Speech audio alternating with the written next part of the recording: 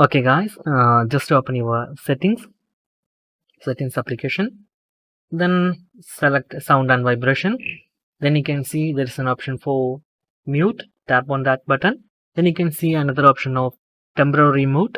You can simply tap on that button to turn on temporary mute. That means automatically turn off your mute to sound settings. Sometimes we set our profile to mute and we forgot to unmute and we missed so many calls and so many emergency calls.